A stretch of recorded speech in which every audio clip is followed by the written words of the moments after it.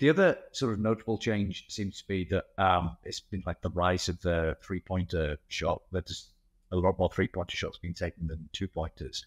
And beyond the obvious, three-pointers more than two. Why do you think this has come about? So I think that a key inflection point from this was the implementation of the play-by-play data. There's sort of a bit of conventional wisdom that's like, all right, you're not a great 3-point shooter. Take one dribble and get an easier shot. Now, it stands to reason, and it's true that taking a shot 19 feet away from the basket is going to go in more than taking a shot from 24 feet away from the basket.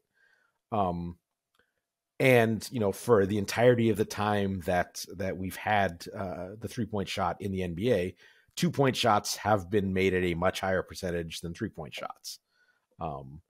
Maybe not when you factor in the extra point, maybe not at the higher level of efficiency.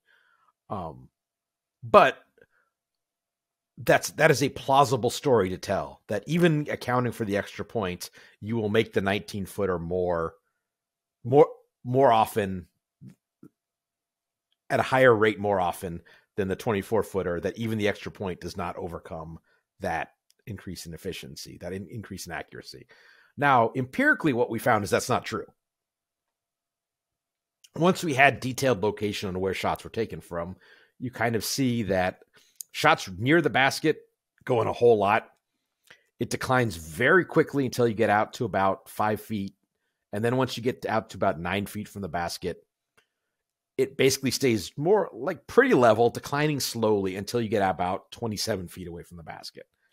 So, yeah, you might make the 19-footer 2 percentage point higher rate than the 24-footer. The extra point swamps that of the 3-pointer, swamps that advantage. So so really the empirical recognition that relative to shots just a little bit closer, the 3-pointer is better. That's one thing.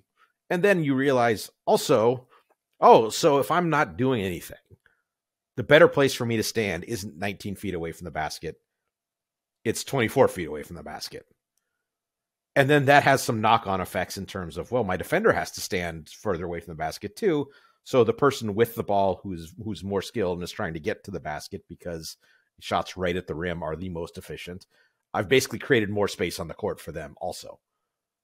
So it's that kind of changing of the geometry, the topography, if you will, of the court that was unleashed by the kind of the empirical understanding.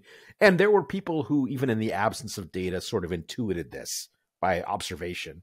But with the data, it's demonstrable that, well, there are very few players for whom the shot from that one step further in is actually worth doing than the shot from further out. But until we had that data, it was an argument that was plausible either way.